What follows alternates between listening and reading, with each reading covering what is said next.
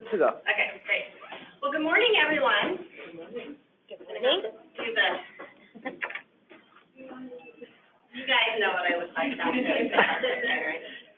So good morning and welcome, everyone. We're going to go ahead and get started. Hopefully, we'll have a few more people trickle in.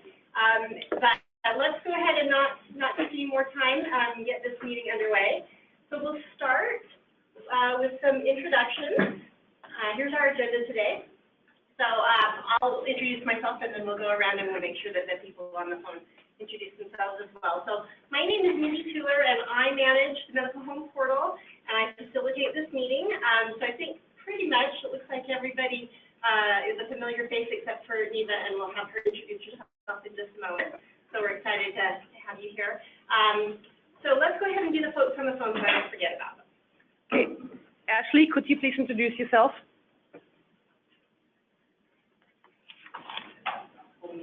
So you are muted, so you also could type in the chat box, and I can read it out loud if you want to.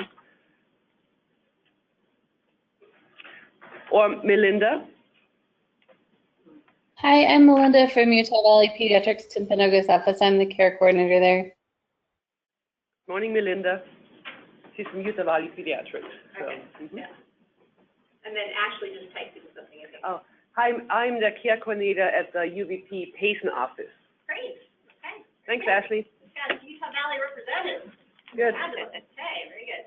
All right, so Neva, if you don't mind, we'll ask you to introduce yourself. Hi, everybody. I'm Neva Stevenson, and I'm a physician liaison at Shriners Hospital for Children.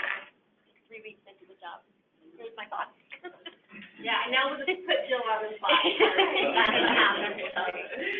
Jill, you want to introduce morning? I'm Jill Connor, Business Development at Shriners Hospital for Children.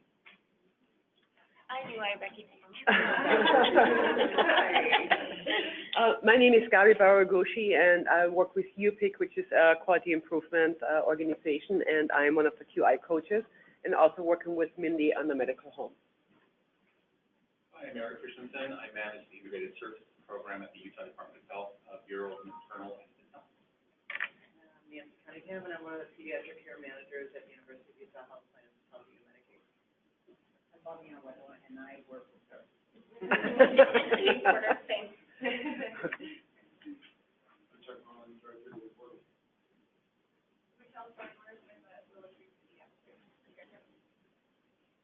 Ashley also wants that to be very for mental health.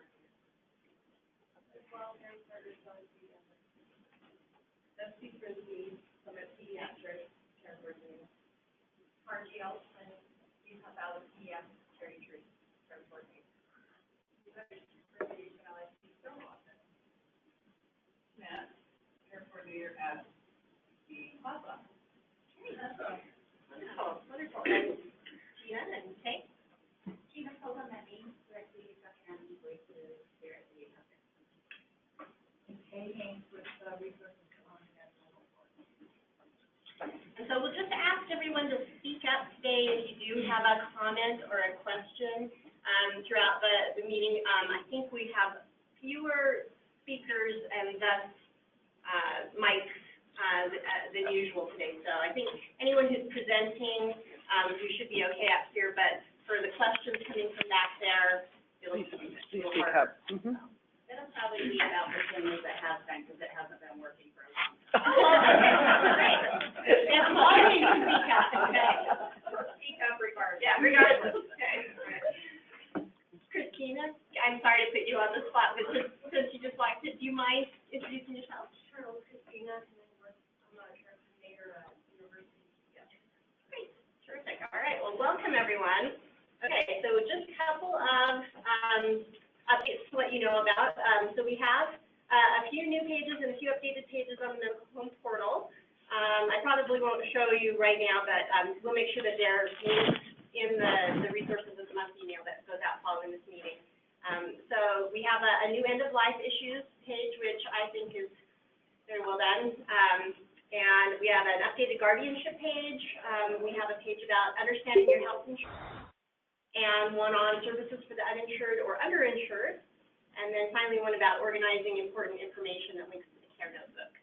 So we'll make sure all of those go out. And of course, we want to big shout out to it's Gina and her folks who write those pages. So it's the Utah Family Voices crew who writes and makes sure that those pages are written for families, by families. So very grateful for their help. And I just wanted to mention, I think at the end of last meeting, we did mention that we had a number of surveys going on right now.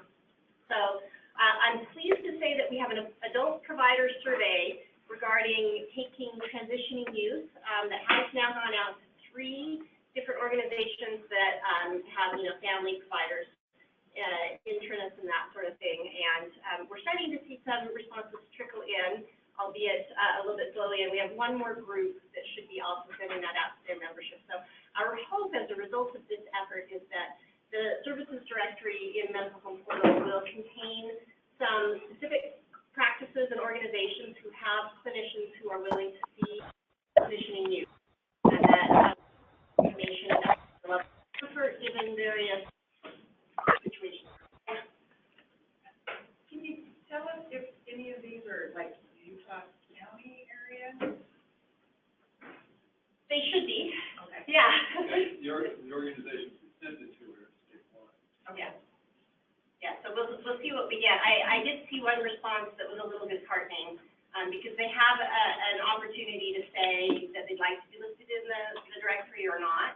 And so they informed me that they were an organization that had 125 clinicians, and then they gave me almost no other information.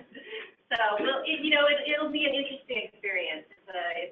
We'll see what we get out of it. Our hope is that we'll end up with having made contact with some of these organizations directly, help them understand what the need is, what the concern is, and if nothing else, because we're working through their associations, we're working with their leadership to get the message sent out, that it'll raise awareness of this need, right? And then perhaps what can happen over time, certainly not immediately, but over time, is that they begin to, because of that awareness, just build in more of this as part of their practices and their organization.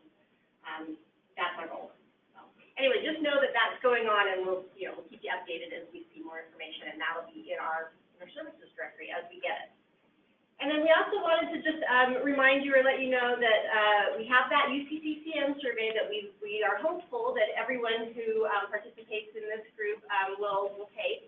And so we're kind of doing a push for 2017 to get our active members to answer that. And so we've actually sent it out, I think just yesterday morning, to about 28 folks who we were able to see had not taken it, or perhaps they had done it anonymously. So if you happen to be one of those people who received that email and you've already taken the survey but you just didn't tell us who you were, which is certainly your option, please disregard it. And we apologize for making you feel like we're spamming you. But if you're one of those people who have not taken it, we would certainly appreciate your input.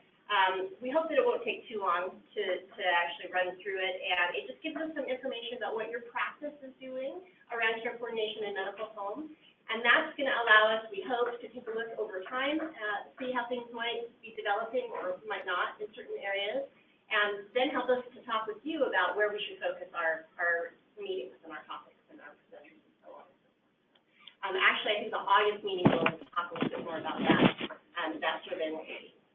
Hopefully we'll get a few more responses. Okay, so now we're at the point in our meeting where we get to really focus on what you guys. So if you have any cases that you would like to discuss, share, ask for input and help on, this is the time to do that.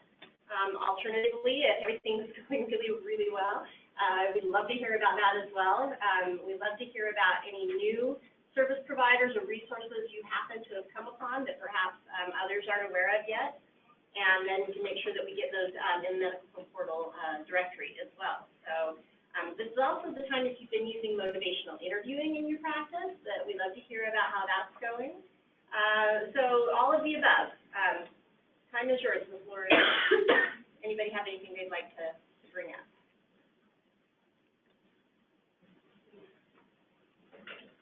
Anything good? Anything else? So I just came across, and this is on the insurance side, and I wonder if this could be helpful for others.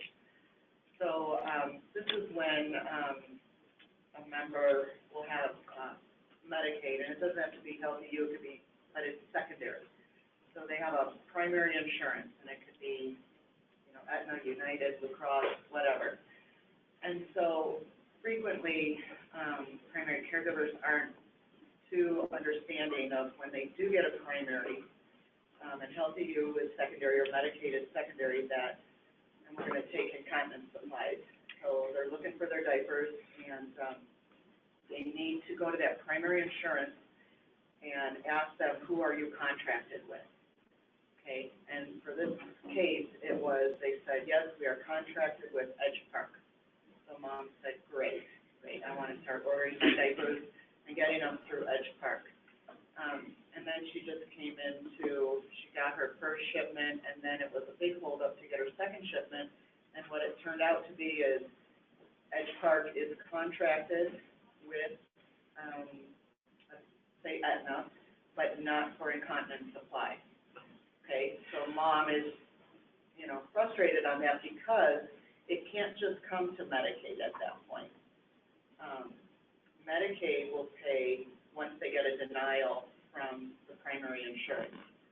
It's also called an EOB, so you might hear that. And so this was very frustrating for this mom. And then, so what it turned out to be is that she needed to go back to that primary insurance, ask them, who are you contracted with for incontinence supplies, get the name of that provider, and then go with that provider.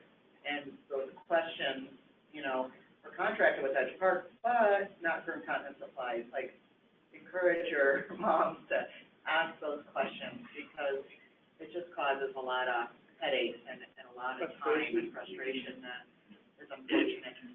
So, And how easy is it to get that information about with whom the company contracts for this and this? Yeah, you know what? Yeah, there's so many carve-outs and so many exclusions that it makes it really hard for the parents. I encourage them, you got to hit that first line of communication when you're calling into insurance companies. I always encourage them to ask for a care manager. If there is no care manager, then to ask for a manager. And then if still not getting it, ask for provider relations, because they're the ones setting the contract. And there aren't kind of standards across insurance companies about, well, this is commonly carved out, and this is. No, and I've never seen it where diapers, was an exclusion. Like, so what it is rates aren't agreed upon. And that's really terrible. Nancy, I'm impressed that they even cover it, because most commercial insurance companies will not cover it, so we have to give it in order for medical. So I'm actually impressed with making one out there that covers. Well, so Alice a and lot of Troy them now. cover, well, I shouldn't say a lot, but like, so to get that denial then is where the tricky part comes for, the parent who's struggling with this. So you need to have that provider, say Edge Park, work with Aetna to get that denial. Maybe it's also in their plan summary. It says exclusions, no incontinence supplies, and then that should be gotten over to Medicaid.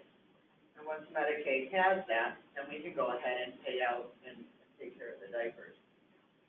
And it's not just diapers, it's anything, because many families all have a primary insurance with Medicaid as their payer of last resort. The coordination of benefits when it gets to Medicaid is one of the most frustrating parts, because even with having care coordination on the payer side and such, for some reason there is this gap that we can't figure out why there's not a great process. Say, okay, we have all the denials in place and paperwork trail and such, but it happens a lot with verbal medical and some of those therapies that above and beyond what their primary insurance will pay. Right. Yeah, it's ongoing, but I just thought, maybe for some of you guys in the pediatrician offices to know that. So let me make sure I understand. So, in this particular case, what were they called again? Edge Park. Edge Park, would cover diapers. They provide the diapers, they'll ship the diapers out. But for something other than incontinence? Yeah. whether it's, I mean, there's many other supplies that they say, yes, we're contracted with Aetna for that. So whoever spoke to mom on the phone was like, oh, yeah, we're contracted with, yeah, Edge Park says, we're contracted with Aetna. Yep, shows up right here. Okay, but not for that. But not for that. Okay, so getting specific. Right. And doing it early. Right.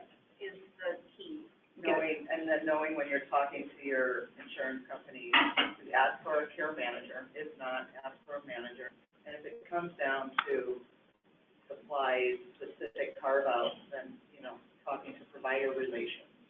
Okay. Get everything in writing and put the names down. Document, yeah. Do you think it would be helpful to have some sort of a script for your family? Not that it would need to be followed perfectly every time, because every case is different, but these would be the key questions to ask. I don't know, this is the key information to try and, would that be helpful, do you think, to have your family? I think it would be, but For I'm not working in it. for insurance on how to navigate through. Right. Because for a parent to have to understand that you've got to get the denial first, or you're ever that just doesn't make any logical sense. No, and then there's the terminology, And then there's terminology. Well, What's an EOB? And then we get the calls when they're out of diapers or whatever it is in the meeting for, their supplies, and they're in a panic because they're out. What do I do now? Well, you're gonna have to get a pocket now for them until you get all the things. Okay. Well, we have some pages on the medical portal. They're a little bit buried, unfortunately, but having to do with questions to ask when you're trying to identify. Really, they're more around choosing a specific type of, therapist or other provider. But we do have a page about what your insurance may offer, and maybe this is a place, this general section, where we might be able to say, these are other questions to ask or things to keep in mind, and maybe even have some of these. Something that you download and refer to as they're making these calls and jotting down notes. But really tricky. Yeah. And then there's if you talk to somebody and they've got it all, yeah, it's great, no problem, I made a note of that, and then you talk to the next person and there's no record of that, right? None whatsoever. And there's a lot of hold time. Yeah, a lot of hold time. Yeah. Different. Hopefully you're not paying by the minute for that code. Okay, well, thank you, Nancy, that's helpful. Information is power, right? Right. Great. Anybody else? Anyone else have some helpful hints to offer, or anything you're running into a wall against, and maybe other voices can chime in and help?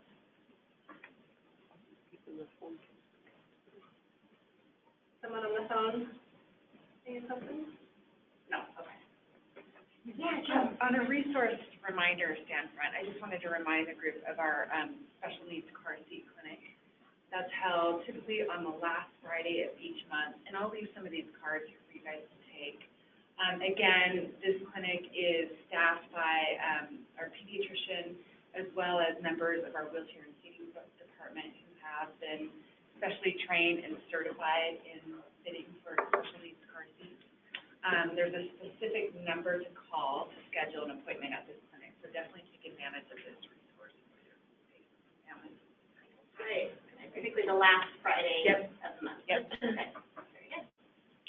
So would those car seats be for some of these children that are older? Yes. 16, Yes. 17, Yes. that And out that's of the regular car seats? absolutely. That's kind of the gap that is been missing. And definitely those car seats can get pretty expensive too. We're finding that insurance reimbursement there's not a lot of coverage for that. So that's where our Shrine Care can kick in and help those families out. So, Ashley Barney, she writes, big shout out to them for helping modify one of my patient's seats. Oh, so she's very nice. Thank you. satisfied with the service, yeah.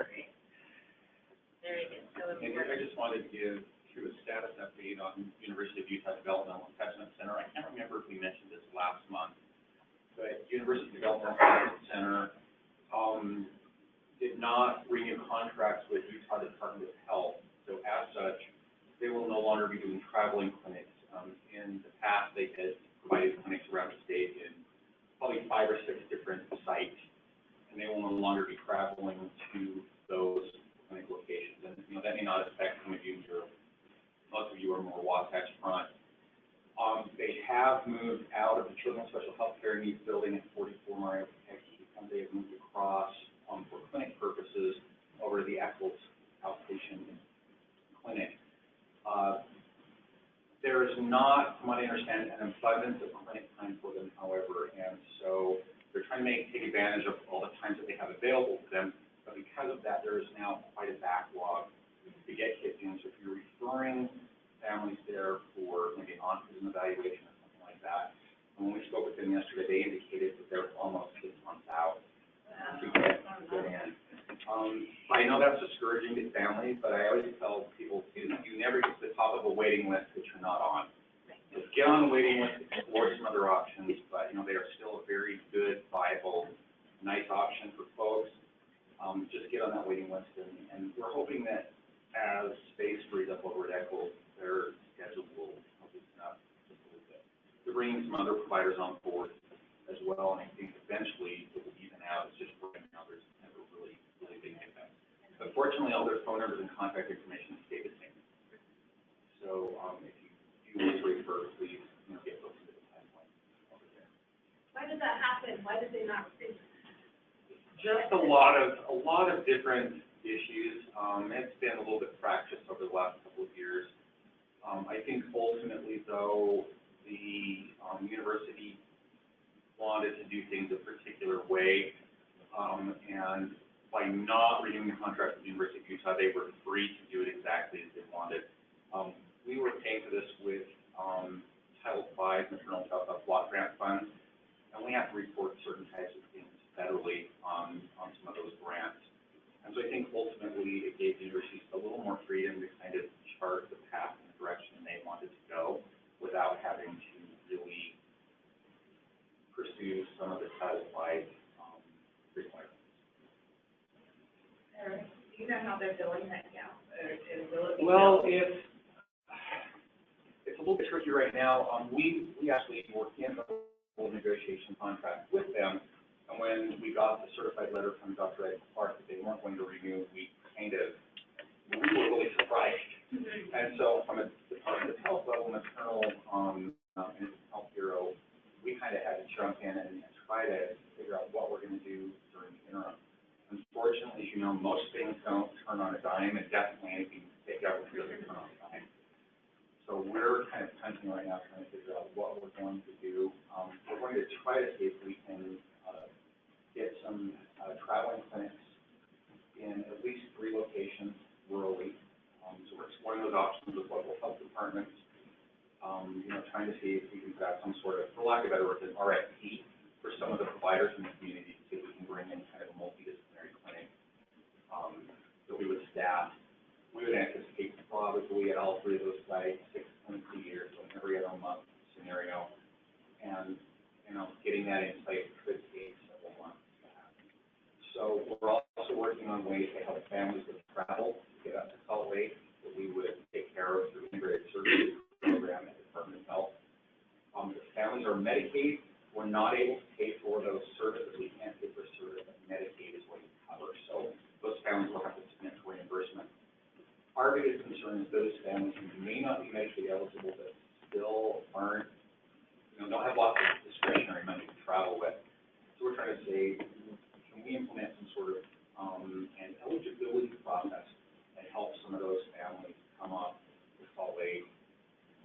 And if we do that, not make them wait, 8 to 10 weeks to get a check cut by the state of Utah. So we're trying to work through some of that stuff. I'll actually be meeting with my finance folks this afternoon just to see what we can throw in as a stopgap. And this would be for families not just coming to UDAC, but people around the state who might need to come up for other specialty type care. Can you keep us posted on that? We have families out for home stuff like that. Yeah. Like speaking for our clinic, but that would be. Yeah, we'll let everybody know. It's kind of been a no-news situation. I mean, we didn't really want to contribute to the realm of or an innuendo. So we're kind of hoping to have a few more ducks in a row and then say, this is the route we're going. But that just kind of gives everyone a general sense of the direction we're headed. Some of the particulars will be nailed out or nailed down as we work. So we'll keep everybody. We'll put a little blurb in the follow-up email that we'll ask you to check over first, so that'll be sort of a. And as far as travel type stuff during this interim, you can always contact me. I'd be happy to let you know what I know. Eric's cell number in the email. Great. Thank you, Eric. Appreciate that update. Okay. All right. Anybody else? Okay, if you guys are good in terms of sharing cases, asking questions, we'll go ahead and move to the next part of our meeting, which is, I'm excited, we have, top of the big screen, we have two presenters today. We really appreciate them joining us and sharing their time with us. Paige Albrecht is actually a family resource facilitator, part of the Utah Parent Center and Allies with Families. And then also Julia Pierce, who works with the Utah Center for Assistive Technology and does the Utah Technology teams, and she's a specialist to talk about how assistive technology can help these families and kids with dual diagnosis. So if you guys are ready, I'll turn this over to you. I just like literally it's all right here for you. Yeah. No, I'm good. Thank you very much. For those of you who don't know me, it's because I'm a little bit new. I've been here at the Parent Center since February, and I am actually working under a grant from the government to highlight the problems and find some solutions to helping people that have dual diagnoses. How many of you in your profession practice have dealt with someone who has an intellectual disability and a mental health issue? Okay, now keep your hands up. Hands up. Or how many of you have it gone swimmingly smoothly to get that treatment? Oh, yeah, see, there's the problem. I'm going to talk about the problem. Julia hopefully is going to help us find some of the solutions to them. Okay, so let's, I'm sorry, is there a clicker? I'm not sure if the clicker works. Oh, If you'd like to just sit here and do it, so you can. Oh, I only have like 6 of them. Go ahead, let's see what happens. There we go. It's magical. Okay. Except, I'm going to start out by telling you a story, and in this case, I actually have permission from the family, so that's good news. And the reason I'm telling you this is because it was sort of, it sort of moved me into the field with a lot of cold water. This particular case I'm going to tell you about highlighted a lot of the problems that we face in our systems right now. So, in this case, I had a family. They were brand new. The mother had adopted, well, the parents had adopted 3 children, 3 boys, with really, really difficult special needs. We had some, a lot of nonverbal issues, things like that. And it was a real struggle for the family, and they weren't receiving outside services, and they had never considered really mental health issues or mental health treatment. And the father in the family had been the primary caregiver for the children for a number of years as they grew into young adults. The boys are young adults now. And eventually, it became too much for him, and he actually committed suicide with the children there in the home. Following this instance, they were referred for some crisis counseling, for some trauma care. And we hit walls. We hit a lot of walls that were surprising, because we thought, you know, with any regular patient, it would be, I mean, really simple to say, yes, of course, these children need crisis counseling, they need trauma counseling. But because of their developmental disabilities, it was easy to discount those conditions and chalk them up to other things. When they were referred, even though 2 of them are emancipated adults, the mother was seen in clinic, and there was 1 visit to the home by the local mental health authority. The boys were never seen separately on their own, and they were never assessed individually. And part of that was because the mother said that she felt like they were doing fine, that she hadn't really, you know, she thought everything was good. And I'll call you if they have any more problems or anything like that. She also said she was doing fine. So the mental health authority said, okay, well, we'll check back in, but, you know, what else can we do? And then we went on a few weeks into it, and the mother saw things like one of the children who had been toilet trained for probably a decade started to have daily accidents. The youngest child, who was not usually violent, started to fight and hit and kick. The most verbal of the children started to have nightmares that he would tell his mother about, and he didn't want to be alone in the house. Through this process, the question of it being a post-traumatic situation never really came up. Oh, well, they're just going through, you know, a rough time or whatever. But for children who couldn't communicate, things like biting and hitting and toileting accidents were a huge red flag, a display of cries for help, really, because there's no other way for them to demonstrate what they need. So I'd love to tell you there's a happy ending to that one, but we're still working on it. We're doing a lot of things to try and help them get the mental health care they need. But there has to be a changing mindset, and it has to happen with the providers, with the patients, with the caregivers.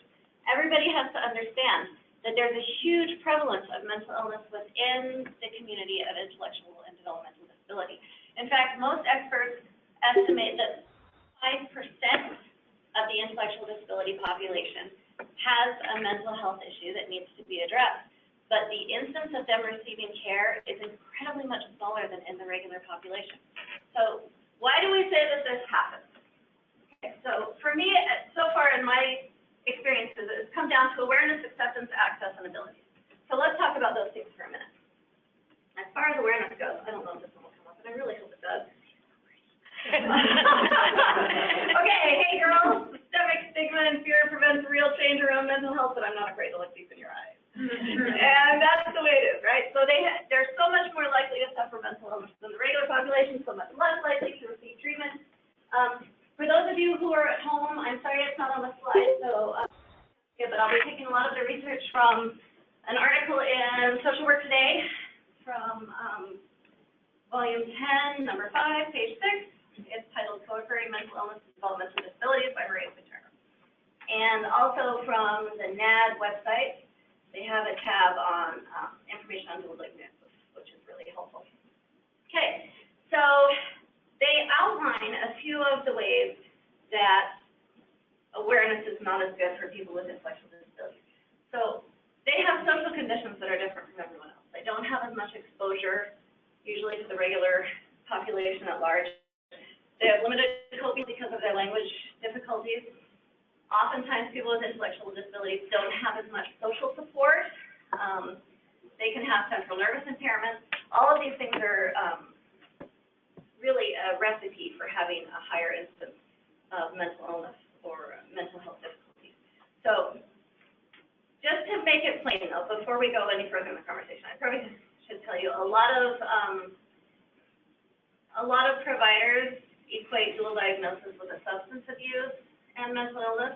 So this is a different application of that term. It's for people with co-occurring intellectual or developmental disabilities. Okay, so we have a problem with awareness, even amongst parents. My own son has cerebral palsy. He has a very limited IQ and he functions very low. He has exceptional language skills. Yeah, he's loud. And Alex has been on anxiety medication since he was probably 5, and he's 16 now. And it was because he had a pediatrician who looked at some of the things that he was experiencing and said, this child probably has some anxiety, let's try a couple things. So for that, the solution was pharmacology, but during the entire time Alex has been taking Lexapro to help with his anxiety, his dosage has increased over the years, but he has never received any kind of therapy to go along with it. And I could see it if he weren't verbal, but it has been suggested that anything like that would help. And gradually his symptoms, as he has become a young adult, have grown worse.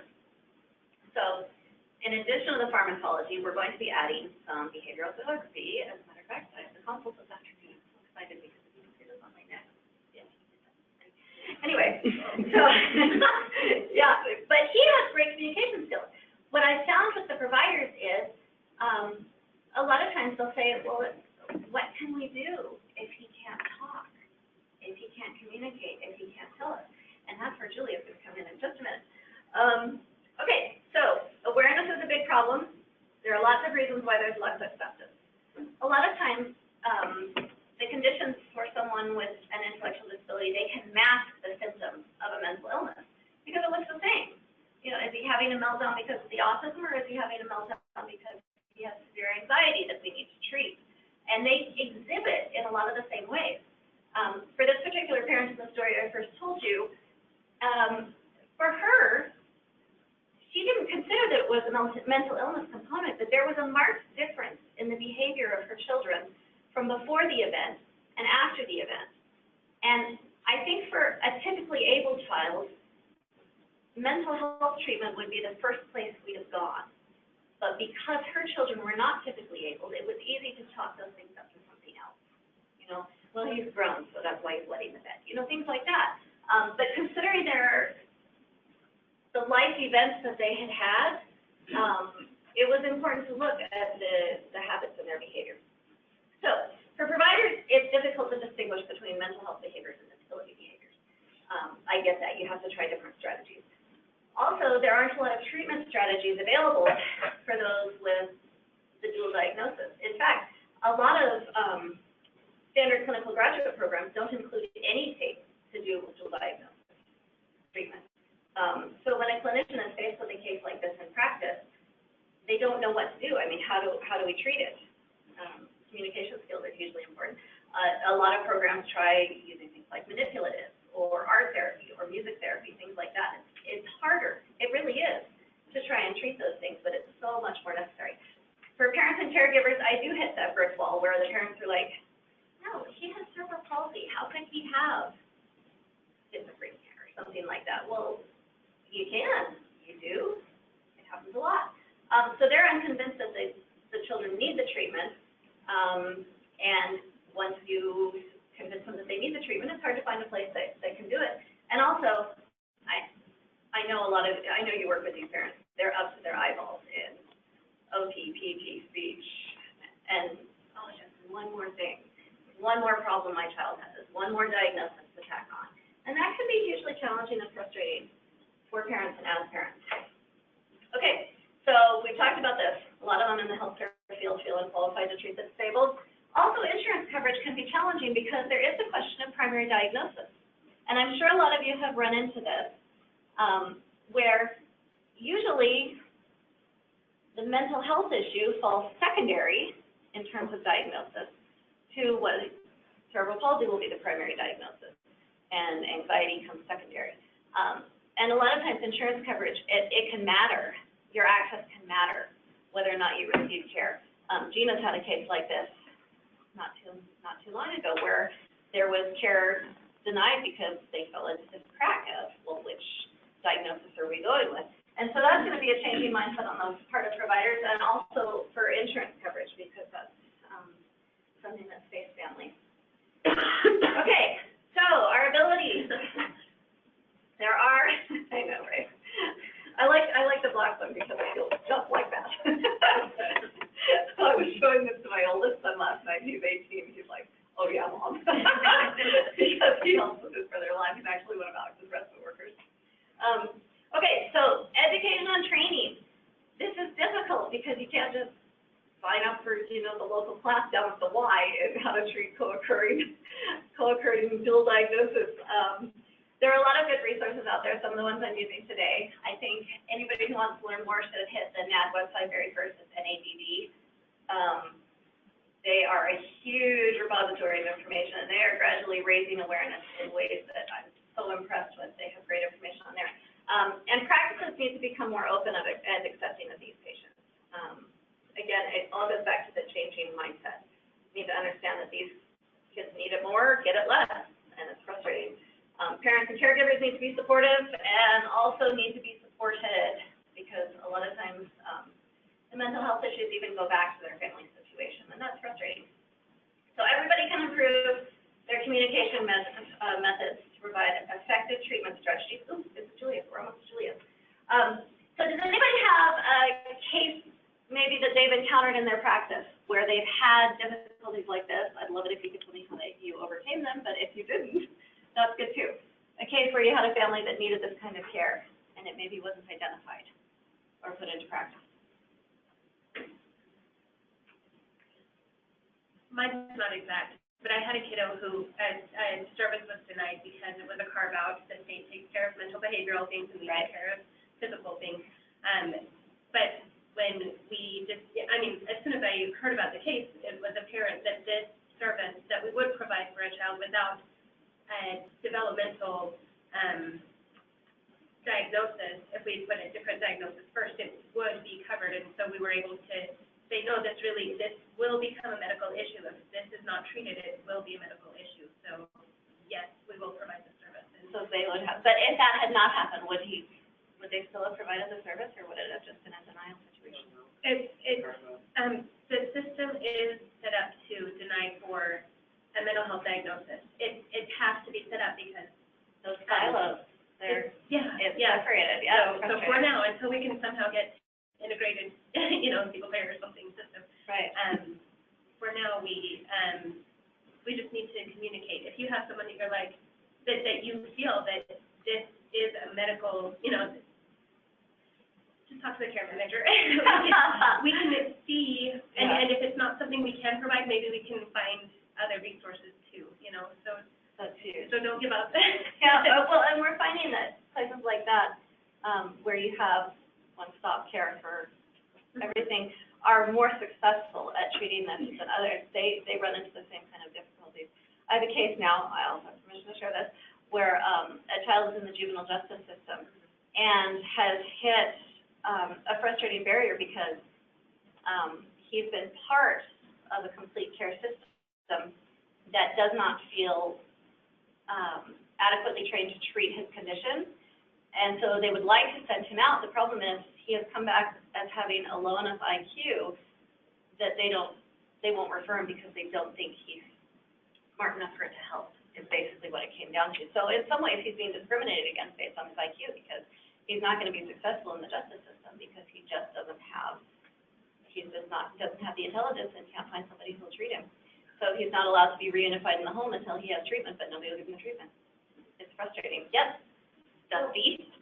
So our doctors are pretty good about referring kids into therapy, when they, like if they have ED or autism or whatever. But the thing is finding clinicians that can do that effectively, especially with kids with low IQ.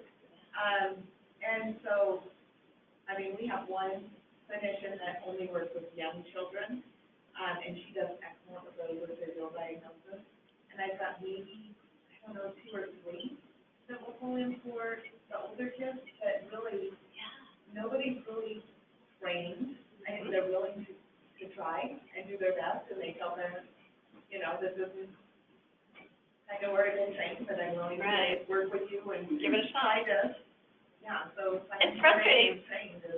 Finding someone who's trained is huge. We're actually looking into the possibility of pulling more training here in the state of Utah for people to come in and learn more about treatment strategies for patients like this. But it really is hard to find somebody who is qualified and willing to get those two together. It's like the magical unicorn. All right, anyone else? Yes? I would say the website is NAD, because I looked up NAD and it's North American Diving Dog. Yes, isn't that NAD.org, but just so you know, that site is also very good. There's some great video on that site. But yeah, the NAD is, and they have conferences where clinicians get together and they put reports on their website, things like that. They have a lot of great articles and a lot of great information. A lot of it you can access even without being a member of the organization. If you are a member, membership isn't that expensive, and it opens up a whole bunch of doors for you. Okay, so we've talked a whole lot about the problem, and a major component of it is communication.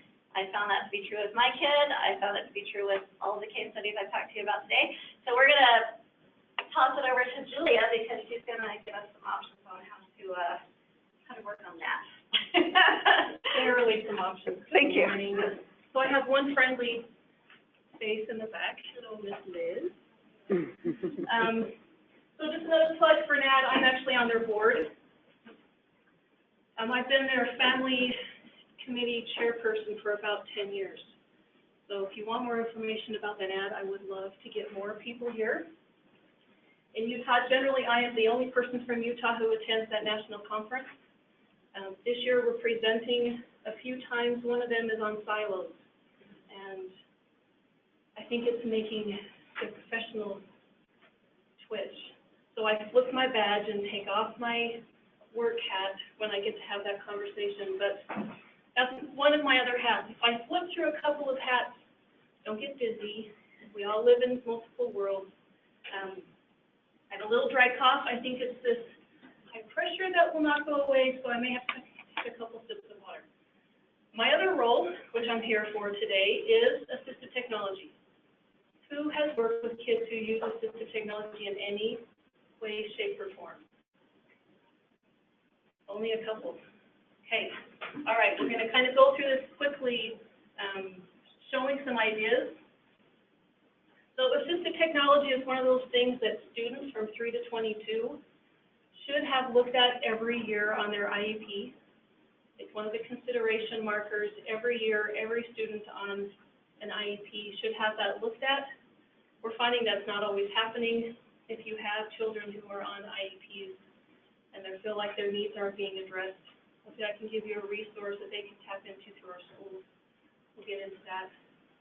But I'm going to go over a few things that we have found that works.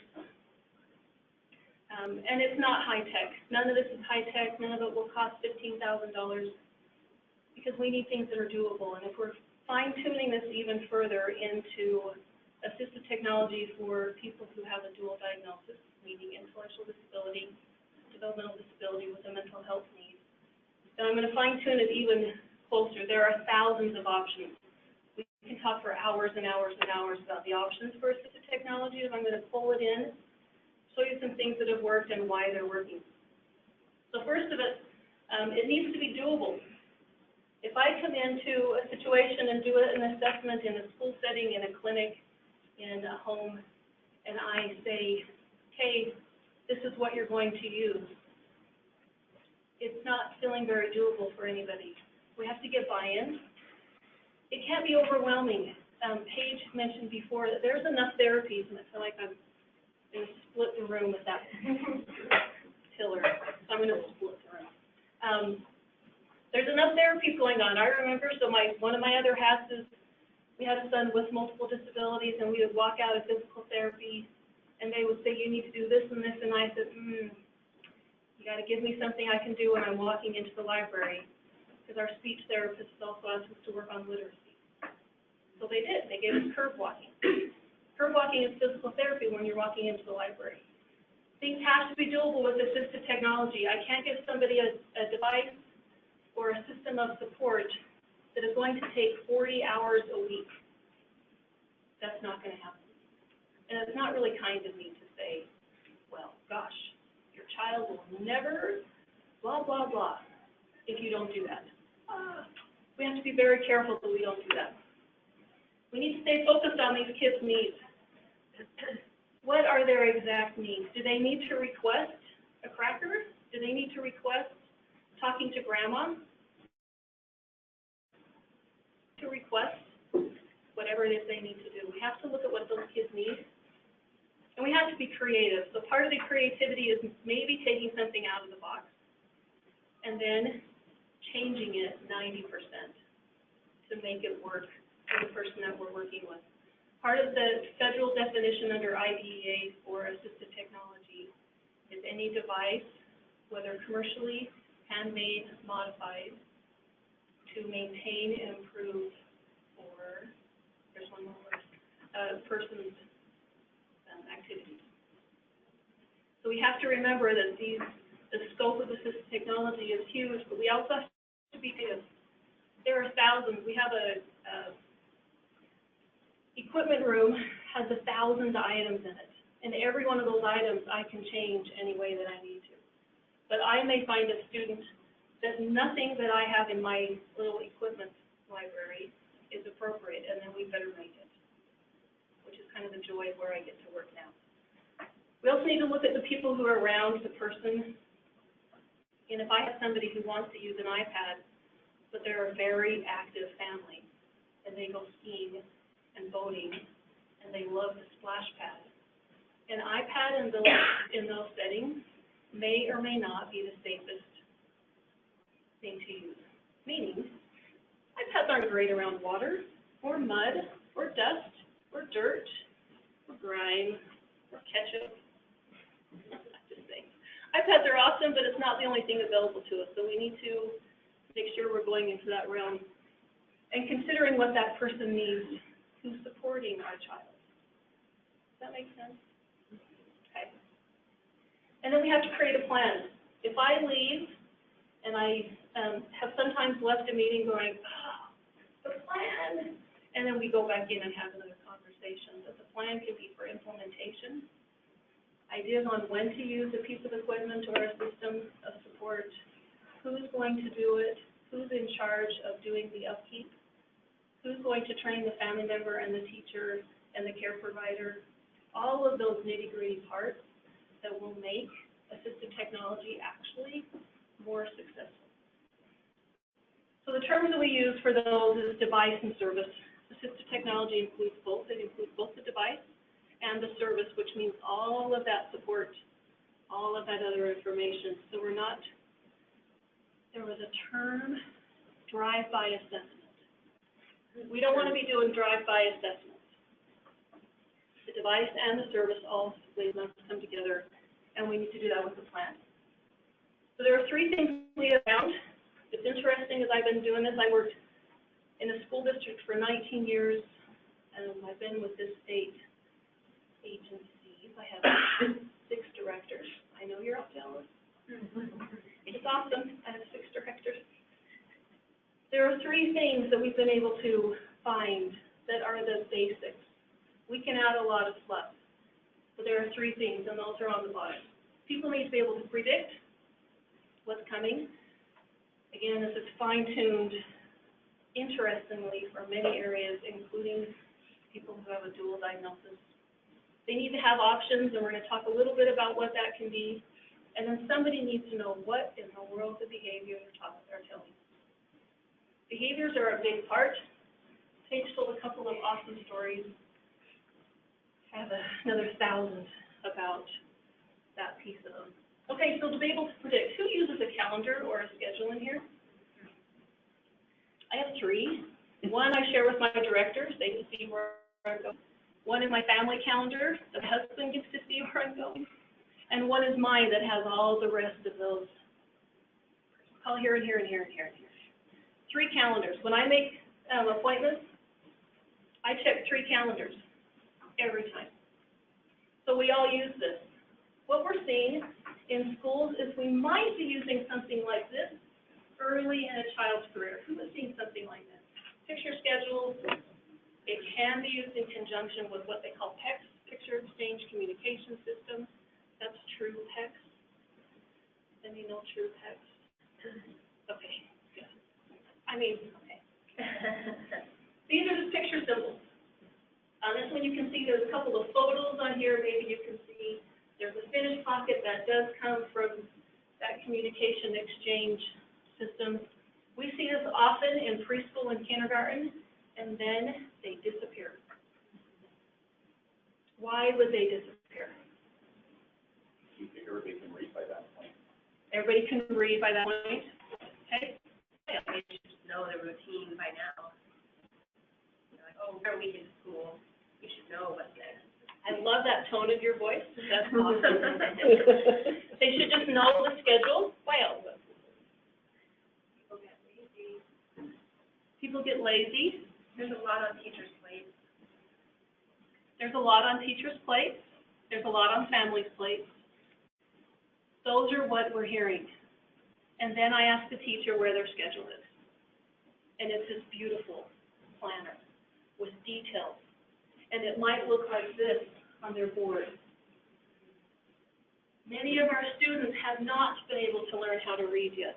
Many of them still need picture symbol support, even into adulthood, but guess what? So do we. This is an NBA schedule. Those are icons of teams. We all still use picture symbols. So then when I ask the teacher for their schedule, they get really nervous. They're like, don't do anything to it. I'm like, why? You know when staff meeting is. You know when the assembly is scheduled for. You know when the field trip is. You don't need this anymore. And then there's a light bulb that comes on most of the time that says, oh, just because we think a kid knows when recess is does not mean that they don't need to receive that support any longer. So what we're also finding is that they know this, and so once they know it, we should take it away because they're already proficient, and it then becomes a crutch. You tell I shiver a lot. I tremble sometimes when I'm working with schools. So part of it is assistive technology is meant to support somebody long term. Somebody uses a wheelchair as their assistive technology support. We don't take it away because they can then move themselves. You've mastered the power chair, so we can take it. You don't need this anymore, right? We need to think in a similar fashion with the schedule. It is the most simple thing. I go into group homes and ask, where is your schedule? And every staff member has their schedule on their phone. And most of the time, not one individual who's living in that home knows what's coming, or knows when there's a change, or knows when I'm coming to visit the house. One of those basics. The one that we like to start with is called the first stand. First you do this, and then you do this. We speak this all day long, regardless of who we work with. I do it with my husband. Okay, first we're going to go to work, and then are we going to dinner? Right? We use this terminology all day long. Our students and the people we work with, especially if you have a mental health need things very exact and maybe one step at a time. Maybe this, but this is something we work towards. So that's the first thing that we have found is people need to be able to predict. So last week, I met with this young lady who has, she's 28, she's nonverbal, came out of the school system 6 years ago with no assistive technology supports, no communication systems, and this really insightful staff person said, man, I think we're missing something. And they're with a really good provider. We have a lot of really good providers in our state. We're very lucky. They called me in, and she was very agitated. So I watched. They said, we're so sorry. And I said, no, this is awesome. This is awesome for me to see. I'm sorry that she's stressed. But why she was stressed is the rest of the ladies in the house that she lived with were going to the lake, and she was told she wasn't. As the other ladies were getting ready, she was told that she was not going to go to the lake. This was something they had been talking about all week. And then in a moment's time, she was told, oh, no, you're not going. Mom then shows up. When Mom comes, she goes. Right, this means, I'm out of here. Not this time. Confusion. And then I walked in, and she looked at me like, who in the heck are you? That is the last straw. I stood way back. She kept watching me. She kept looking at her mom. She had no expressive language. She had a lot of very intentful communication. Now, she was getting shoes out of the closet, which means to that group of people, I want to go. When Mom comes, I get the shoes out of my closet, I go. She got the shoes out of the closet, they put the shoes on, they said, well, we're still going to wait here. And she looked at him like, this makes no sense to me. She then took those shoes off. What did she do next? She went and got more shoes out of the closet, thinking, well, it didn't work that time, but it's worked for the past 10 years. I'm going to go get more shoes. Her communication was very appropriate. It was insightful. I was taking just pages of notes. Oh, my goodness gracious. This young lady is awesome. 28 years old. She has never had a communication system, which, again, makes me twitch. we started with was a schedule.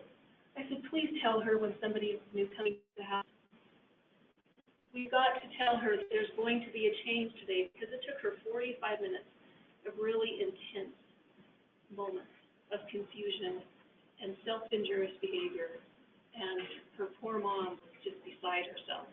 And the staff was horrified because of what it was doing to this young lady, not what it was doing to the rest of us. I said, please start with the schedule. Yesterday I took them one of these and a first then template. I said, can we start with these two things? And they were completely on board. We started with the schedule. Okay, the next one is to have options. This is a gentleman who came into our office. So again, I work for, I work for the Utah Center for Assistive Technology and our Utah Assistive Technology team. I'm going to go into some more detail of them in just a minute. But he came into UCAT. He needed a device fixed. I've never met this man before. He's in his 60s. He would let me take a picture of his board. He did not want a picture of him. I said, this is an awesome thing. You should show off. And that was him turning his face like, do not get me in the picture. I feel the very same way when I'm supposed to be getting, please take a picture of my hands, but do not get my face in the picture. We all feel this way. He came in, he needed his high-tech device. He was using a device called a Dynabox. Have you heard about the Dynabox? Dynabox is one of those $15,000 devices. They're beautiful. We need to be very exact when we're looking at those devices. His device was broken, which means he could not communicate. Except that years ago, he designed this communication board that goes underneath his wheelchair tray. It is never out of his reach. He can point with his fist. He gives instructions on the bottom of the tray that tells you how to use it. He has a trimmer that says, no, I do not have seizures. Okay, you are awesome. He was hilarious. He was rolling his eyes, and we were the most incompetent group of people ever. There were 4 of us around. He just came in with his support staff who he directs very exactly. This is his world. He will do this. But he had that, and he spelled out, we were like trying everything, except that he had to tell us to get a mouse. Get a mouse. It took us half an hour, and he was watching us. He was just grinning, like, you people are fools. Okay. The beautiful thing about low tech is it never goes off. So even when we have families who are using high-tech systems, and they're powerful systems, they are very appropriate for some of the individuals who need communication support. Just like a Chromebook is appropriate for somebody, a Mac is appropriate for somebody, a PC is appropriate for somebody. We're looking at what that individual prefers and what works best for them. I am Mac-phobic. I tremble when I get on a Mac. I go back to my HP, right? Okay. He was the very same way, and we have kids who prefer high-tech systems. That's what they want. That's what they are ready for, and that's what they need. And then we do low-tech. So these are two many options. This is what we can customize to the very degree of what a person needs, are these low-tech options. This one is a book called POD. Anybody heard about POD? POD is a very extensive, pragmatic organization of dynamic display, meaning it's a low-tech book. It is not 10 pictures. It is thousands and thousands of words organized pragmatically, so we're teaching language. It's a very in-depth, intense communication system because we're trying to teach language. I need a linguistic specialist to teach language. I do AP. It's phenomenal. We have find that there's a very specific group of people with disabilities who are using this with true fidelity, meaning they're doing it exactly, which is how we need to teach that.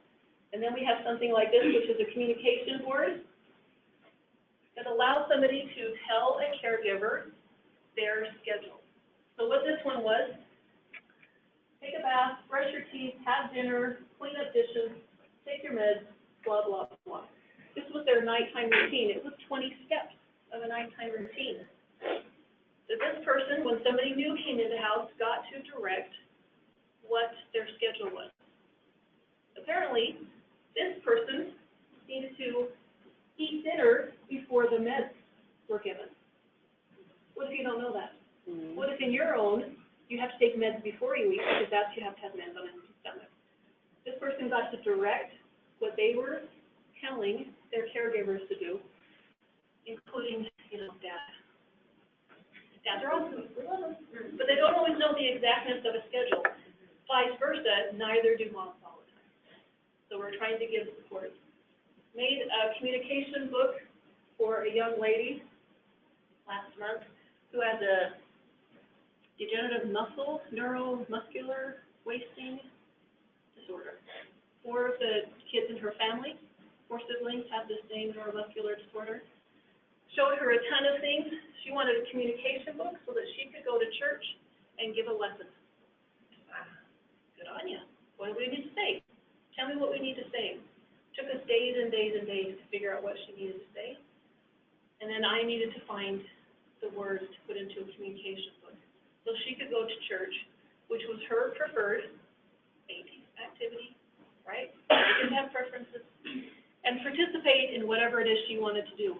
That was very important. So was working in the dirt at the greenhouse. So we went from giving a lesson at church to working in the dirt. Okay, we can do all of that. Having these options, in addition to all of the things we're trying to put in place, is very important. One of the things I'm telling families is do not get rid of any communication in text. Don't take sign language to replace it with a picture schedule. Don't lose your picture schedule as we implement a voice output device. We're building and adding to the same as we got to, right? My first presentations were on overheads and dry erase markers. Yes, that's how old I am. Awesome. I love my overhead.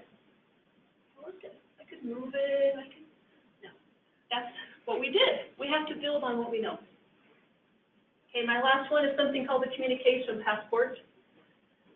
Who's familiar with person-centered planning, person-directed planning? In the medical world, what are they called? There's a term. Person-centered care. Patient-centered care. Patient-centered care. This is something I found about a year ago. It's out of the UK. Why not? I cannot say the name of this town. Does anybody? See, I cannot say that here. I am not English born and bred.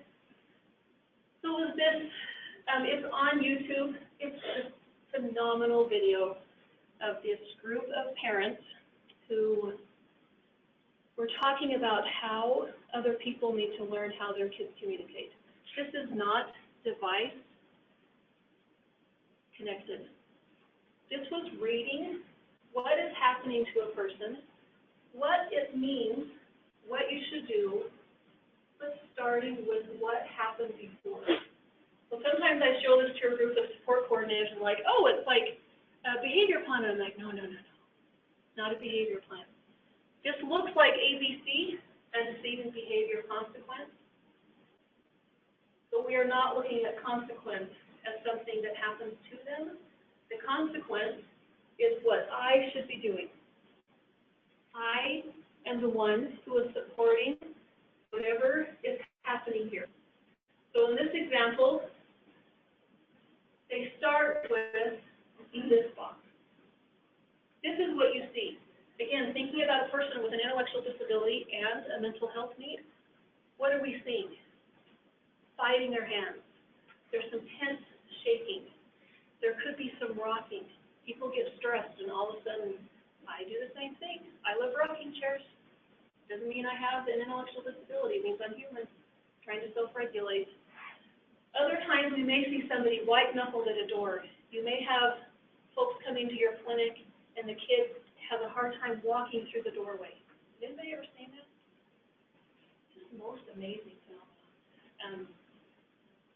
There's something that we see, white knuckles on a door, they're shaking, they're screaming. Even for kids who are verbal, we're seeing a behavior that we're not quite sure of what is going on here. This is what it means. Apparently, this person, when he was doing this, his head hurt. He had a headache and wasn't able to tell them, I have a headache. Who's ever had a headache to the point that you might want to do any of these things? Migraines, clusters, optical headaches, those kind of things would look very similar in any one of them. It also could mean that this person was startled and your heart is racing. When your heart is racing, it's really hard to regulate. If you've been frightened by something, and all of a sudden your heart is racing, sometimes it feels like it's pumping out of your chest. What an odd sensation for somebody who isn't able to explain that.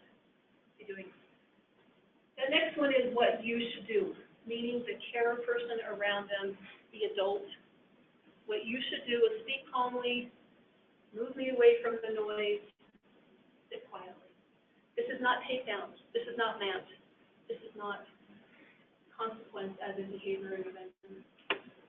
What we go back to is what happened before. This is where it gets really interesting. I've done this with a few families, doing it with a few more, introducing it to a lot of folks, but what is happening before, we have to step back out of our role and say what happened right before. Do they get startled every time a loud dog barks? Do they get really excited when the fire engine goes by and you happen to be 3 houses away from a fire engine or a fire station? Let's introduce some coping skills, perhaps. This right here, the families that I've done this with, it's changing the mindset of what we need to expect from the person to what we need to expect from us as the people in their world, who most of the time happen to adore these folks, right? Does this make sense? I usually get some looks of, I have no idea what she just said. Does that make sense? So I'm showing this to support coordinators. They're like, oh, we need to add this to a person-centered plan. When I'm showing this to families, they're making copies of 3 or 4 things. This is not the entire book. We had a care book that was that big. Who read that book? Nobody. I did. I thought it was the best thing ever written. No, nobody reads a book that is 2 inches big. This is 1 page. New staff coming into the house, a new clinician, a new doctor, a new teacher cluing into this is what we're finding people using this for. Okay. So there are a couple places that you can find support for people. Who has heard of the Utah Assistive Technology team? A couple of you. Okay, so, and UCAT, Utah Center for Assistive Technology. Same couple of people. Okay. Okay, this is the Utah Assistive Technology teams. We have 30 teams across the state. Every student in public education has access to one of our teams. These are employees of the district that we support through training, and we have equipment that we purchase through a grant we receive from the State Board of Education. It's IDEA funds. The equipment goes for use of students to trial and find success for a variety of things, not only communication. We're talking about reading and writing and note-taking, a huge gamut of assistive technology. These 30 teams are there to support an LEA and an IEP team. Does everybody understand what that is? LEA is, we know what an LEA is? Local Education Authority. So, is that right? Okay, so I looked at Gina. I use acronyms. Special ed directors. They're the ones who are going to be the final say of what is approved for a student to use and to be purchased for them. Special ed directors are lovely, powerful people. Love them. 3 to 22 years old. We're looking at educational goals and beyond. On the IEP, again, every year, every consideration, everyone is supposed to have a consideration done. including in school, and if they need that in home, to be able to provide appropriate public education. Yeah. Just a comment, so, we work with all of Summit County and mostly Wasatch County. Awesome. And, some families and some educators, are really great at pulling you guys in for different things. And some families don't realize they can request it. And some families don't know that it isn't an option for them. So helping educate the family can be really important. I've had a couple of families that I just kind of took for granted that they probably had something, and then when we got talking, found out they didn't. And I said, well, have you guys ever tried to talk to any of the different, communication devices or anything, or, and they're like, no. I'm like, you need to talk to your special educator. So when you sit down to that IEP, you can request it. And there's still a lot of families who don't know that. I even think the special ed directors don't know about it. Oh, they know. I don't know.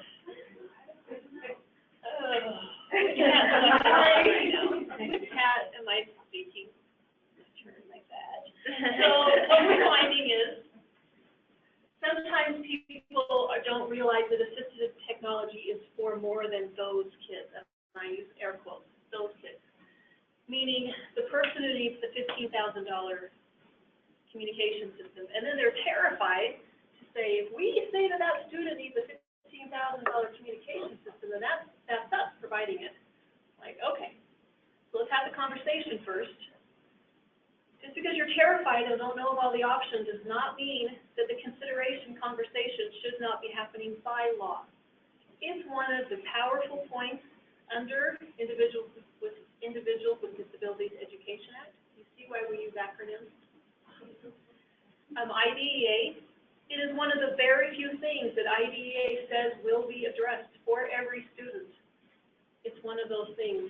We have meetings with the special ed directors probably 3 times a year. We're doing more trainings. We're saying this is what's available. This is what we need to be doing to support you by law.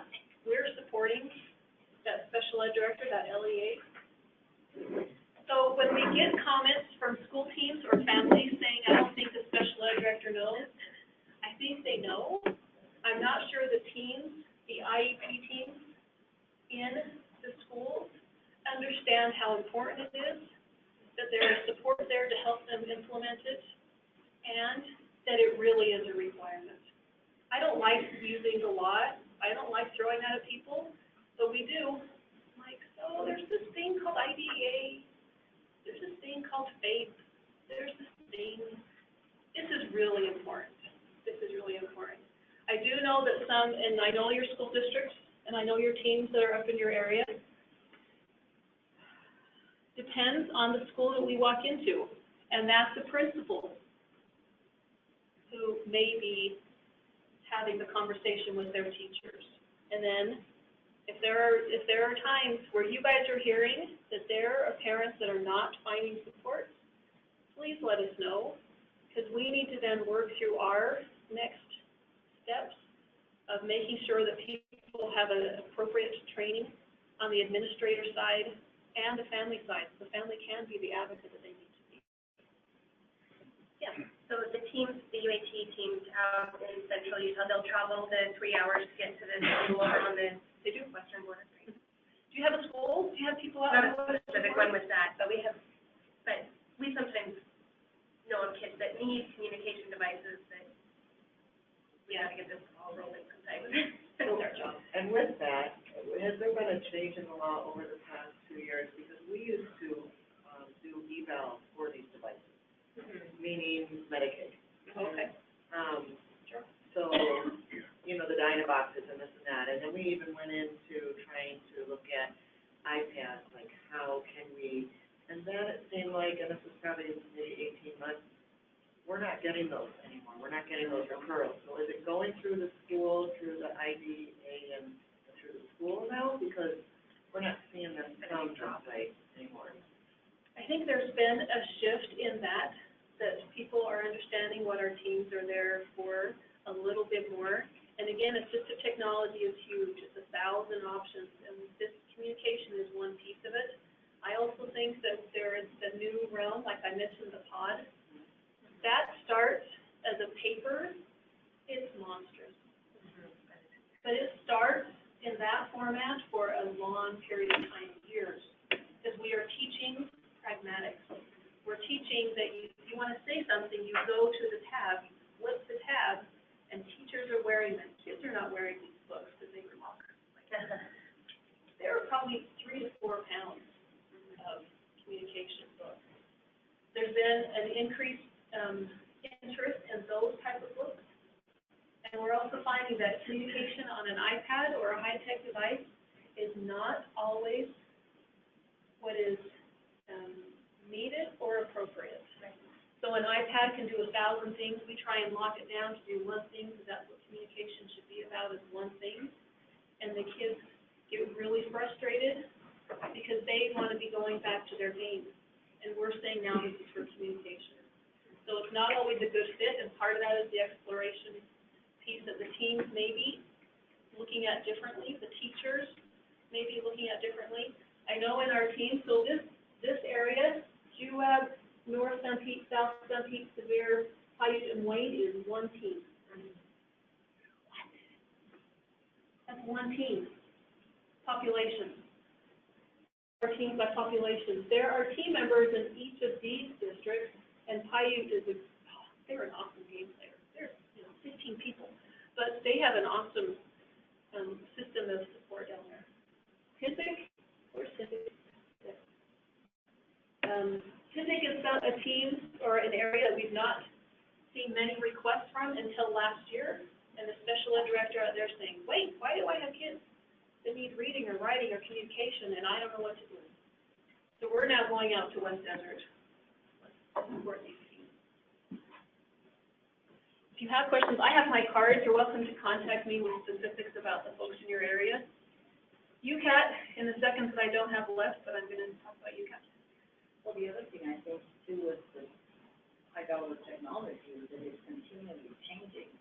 Correct. And it's expensive to get all of those new programs downloaded, whereas, communication books, you can add, more pictures where it's not as expensive as those technology, high-dollar technology.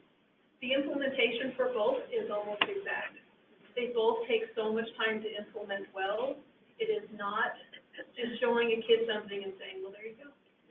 It's taking language, and that's a whole other 3-hour discussion about how we teach communication devices. The Utah Center for Assistive Technology will serve anybody in the state, any age, any disability, any need. In the school system, 3 to 22, that's our UAT members. UCAT, except for vision and hearing, we collaborate with other state agencies. We have state agencies that are very fine-tuned for those areas. UCAT can do, it's ridiculous what they can do. Super fun stuff. We may have a student who is accessing our teams in the school system and having things done through UCAT for their home environment as well. We're very easy to get to. Like, we have no requirements except for you call us and tell us what you need. It's pretty awesome.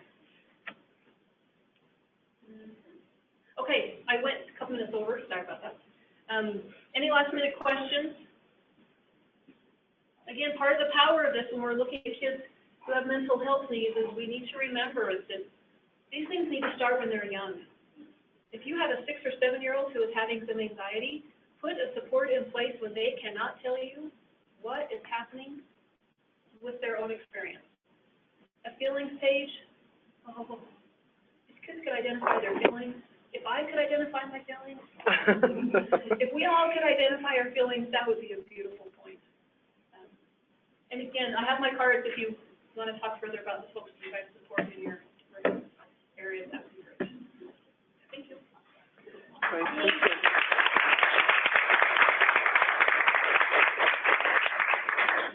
Well, thank you so much. We really appreciate your time this morning, Paige and Julia. So yeah, be sure and get those cards if you guys are interested before you go. And Paige, we hope that your consult goes well this afternoon. So I just wanted to let you guys know that on the August meeting, 19th, we are going to have another Utah Parent Center staff person, Stephanie Roach, here to answer questions about IEPs and 504s. So kind of getting you in that back-to-school mode, recognizing that maybe we should have done this a little bit sooner to have the comprehensive information to pass along to parents, but now it'll be more of a just-in-time thing, we hope. But we're trying to make sure she's prepared to answer your questions ahead of time, so I'm going to send out as part of the meeting notes and also probably an additional follow-up request after that to ask you for your questions. If you want to get them to me before you see those emails from us, by all means, just send them to me or to Kay. But we want to know what you want to know so that she can come prepared to answer that in about a 45-minute time period on August 19th. And I think that's all I have. So thanks so much. Enjoy another hot July day, and we look forward to seeing you guys in August. Thank you. Thank you. See you later.